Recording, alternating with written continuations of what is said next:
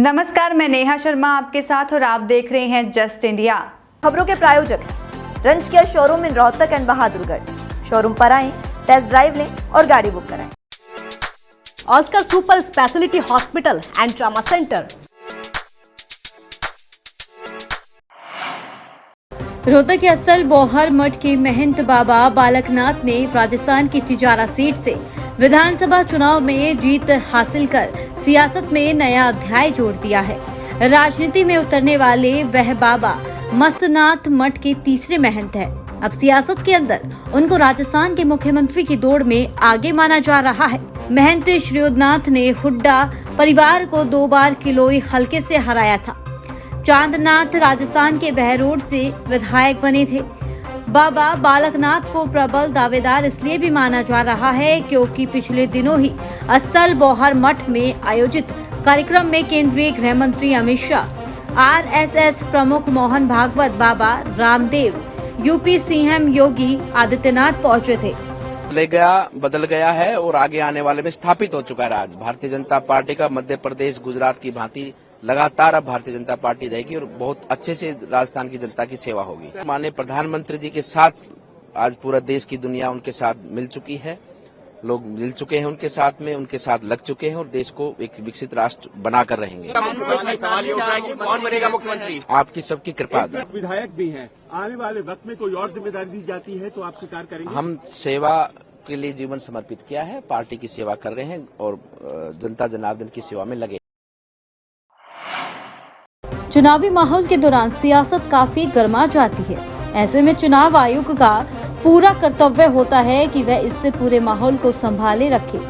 3 राज्यों में बीजेपी ने अपनी जीत के झंडे गाड़ दिए हैं, लेकिन तेलंगाना राज्य में बीजेपी को हार का सामना करना पड़ा है।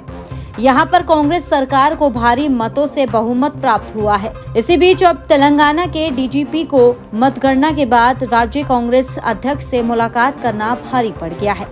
डीजीपी द्वारा आचार संहिता का उल्लंघन करते हुए राज्य कांग्रेस अध्यक्ष से मुलाकात की तो चुनाव आयोग ने इस पूरे मामले को काफी गंभीरता से लिया और अब इनके खिलाफ चुनाव आयोग ने बहुत बड़ा एक्शन लिया है।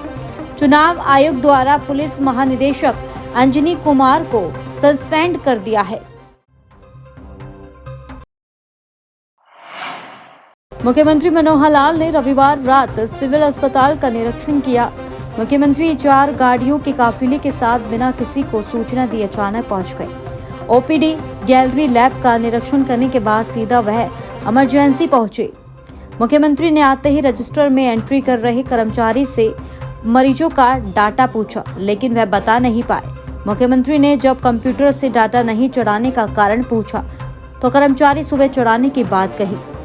इस पर रात को ही मरीजों का डाटा कंप्यूटर में चढ़ाने के आदेश दिए। मुख्यमंत्री ने निरीक्षण के दौरान भर्ती मरीजों और बाहर बैठे स्वजनों से बातचीत की और एक मामले में एसपी को फोन कर कार्रवाई करने के लिए कहा। हेलो, हाँ भाई, ऐसा है कि मैं अभी आया हूँ सिविल हॉस्पिटल में, तो यहाँ बाकी चीज़ तो मैंने देखी है। एक शिकायत अभी मुझे मिली है कि कुछ ड्रंकर्स हैं वो इस प्रेमिसेस में आ जाते हैं और गाड़ियाँ चोरी भी करते हैं। हाँ, तो यहाँ ऐसा करो, परमानेंटली 2 लोगों की ड्यूटी राउंड द क्लॉक लगाओ। रात में तो ज़रूर लगाओ क्योंकि रात को ये चांसेस ज़्यादा हो जाते हैं थेफ्ट के। हाँ जी, हाँ, तो यहाँ पेट्रोलिंग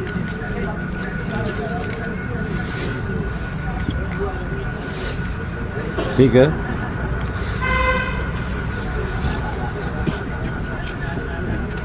नहीं तो कोई टेम्परेरी जैसे छोटा कैबिन होता है ऐसा बनवा लो। कंस्ट्रक्शन नहीं भी हो, छोटा कैबिन बन जाएगा, उसमें 2 आदमी की ड्यूटी तो उसमें दे सकते हैं वो। पंचकुला में नशे में धुत एक मोटरसाइकिल चालक ने होमगार्ड जवान से हाथापाई कर बचाव में आए एसआई की वर्दी फाड़ दी है। थाने में भी आरोपी ने जमकर हंगामा किया। वहां एसआई पर हीटर फेंक कर मारा। एसआई ने वहां से भागकर अपनी जान बचाई। कालका पुलिस ने मामला दर्ज करने के बाद गिरफ्तार कर उसको कोर्ट में पेश किया है। जानकारी के अनुसार एसआई भूप सिंह होमगार्ड जवान विनोद कुमार के साथ सरकारी गाड़ी में गश्त पर निकले थे। 2 नवंबर की शाम को पुलिस की गाड़ी के आगे आगे एक मोटरसाइकिल चालक नशे में धुत होकर चल रहा था। चालक बाइक को सड़क पर दाएं बाएं रोक रहा था। बस स्टैंड से थोड़ा आगे जाकर गांधी चौक के पास पुलिस की गाड़ी के आगे मोटरसाइकिल खड़ी कर आरोपी गाली गलौज करने लगा। क्या बात हो गई? क्या बात हो गई? क्या बदमाशी? ओए गाड़ी कितना दे रहा है? चल रही हो सुन तेरी हमारी वीडियो चल रही है। वीडियो चल रही तेरी मां कोई नहीं।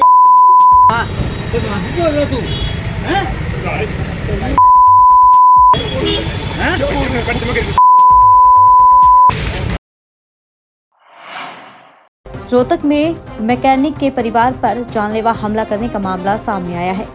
पूरी घटना सीसीटीवी में कैद हो गई है। कार सवार बदमाश पुरानी रंजिश के चलते गेट तोड़कर अंदर घुसे और मारपीट की। वहीं बीच बचाव के लिए आने वालों पर भी हमला किया। इधर आरोपियों ने कॉलोनी वासियों के घरों पर भी पत्थर बरसाए ताकि वे मदद के लिए न आ सके और धमकी दी गई।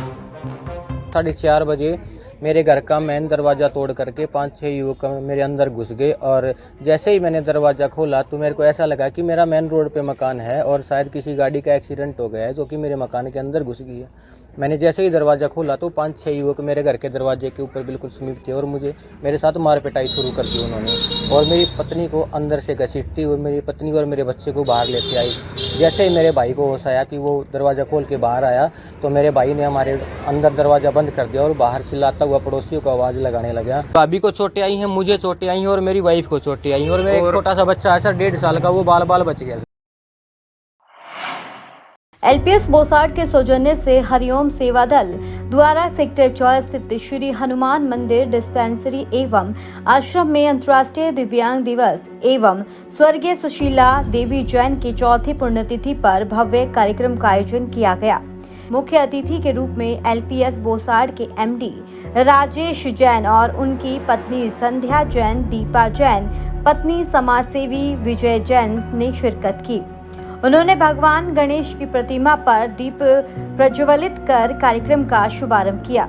साथ ही सभी अतिथियों ने स्वर्गीय सुशीला देवी के चित्र पर पुष्प अर्पित कर 2 मिनट का मौन धारण रखकर श्रद्धांजलि दी। राजेश जैन ने बताया कि जनसेवा करने में आत्मिक शांति का अनुभव होता है। अच्छे कर्म ही एक व्यक्ति की सच्ची पहचान है।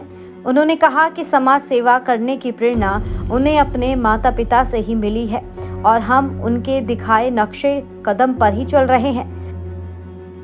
मदर की पुण्यतिथि पे ये यज्ञ रखा, हवन रखा, तो जगह जगह हमने भंडारे रखे हैं। तो हर वर्ष कोशिश करते हैं कि वे हमारे ऊपर हमारे माँ बाप का आशीर्वाद बना रहे और आज भी समझता हूँ कि भी जो भी कुछ हमारे पास है और फादर मदर की देन है।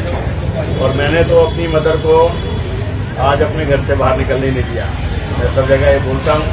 तो मैंने अपनी लॉबी में उनकी फोटो लगा रखी है। ये लोगों से मैं कहता हूँ कि भी रात को मैं जब सोने जाता हूँ तो उनकी तस्वीर पे पहले उनको किस करके जाता हूँ। घर के बाहर अंदर आते जाते उनको नमन करते हैं। तो ये भी है कि जब तक मेरी मदर थी हमारे पर कोई आपदा नहीं आई। उसके बाद तो मुझको लगता है कि भी उनका एक आशीर्वाद था, अभी भी कृपा है। पर पूरे घर में 20 साल वो बीमार रही पर कभी भी एलपीएस का हुआ जो हुआ तो कोई अंदर नहीं घुसा करके। कैथल शहर के एक निजी स्कूल के बस ड्राइवर द्वारा महिला हेल्पर से दुष्कर्म कर वीडियो बनाने का और ब्लैकमेल करने का मामला सामने आया है। मिली जानकारी के अनुसार घटना 4 साल पुरानी है। 2019 से अब तक आरोपी चालक वीडियो वायरल करने की धमकी देकर पीड़िता से काफी पैसे ऐंठ चुका है। इस ब्लैकमेलिंग से पीड़िता मानसिक रूप से परेशान रहने लगी। अब जाकर पीड़िता ने घटना की शिकायत पुलिस को की है। कुरुक्षेत्र की यूनिवर्सिटी थाने में ही दी शिकायत के आधार पर पुलिस ने 0 FIR दर्ज कर मामले की आगामी कार्रवाई के लिए केस को कैथल पुलिस को भेज दिया था, जिसके अब सदर थाने में आरोपी बस ड्राइवर गांव मुंदेड़ी निवासी विकास गौतम के खिलाफ दुष्कर्म सहित अन्य गंभीर धाराओं के तहत मामला दर्ज किया गया है। मशहूर शराब कारोबारी दीप मल्होत्रा के दिल्ली स्थित घर के बाहर अज्ञात हमलावरों द्वारा गोलियां चलाने की खबर सामने आई है। यह घटना सीसीटीवी में कैद हो गई। खबर मिली है कि शराब कारोबारी दीप मल्होत्रा से गैंगस्टर गोल्डी बराड़ के नाम पर फिरौती मांगी गई थी। फिरौती न देने पर देर रात हमलावरों द्वारा उनके घर के बाहर फायरिंग की गई। घटना की जानकारी मिलते ही पुलिस ने मामले की जांच शुरू कर दी है। आपको बता दें कि दीप मल्होत्रा का नाम दिल्ली और पंजाब के बड़े शराब कारोबारियों में गिना जाता है। दोनों राज्यों में शराब के बड़े कारोबार पर उनके ग्रुप का कंट्रोल है। उनका पैतृक घर फरीदकोट में है और वह साल 2012 में फरीदकोट के विधायक भी रह चुके हैं। खबरों में फिलहाल इतना ही। देखते रहिए जस्ट इंडिया। नमस्कार।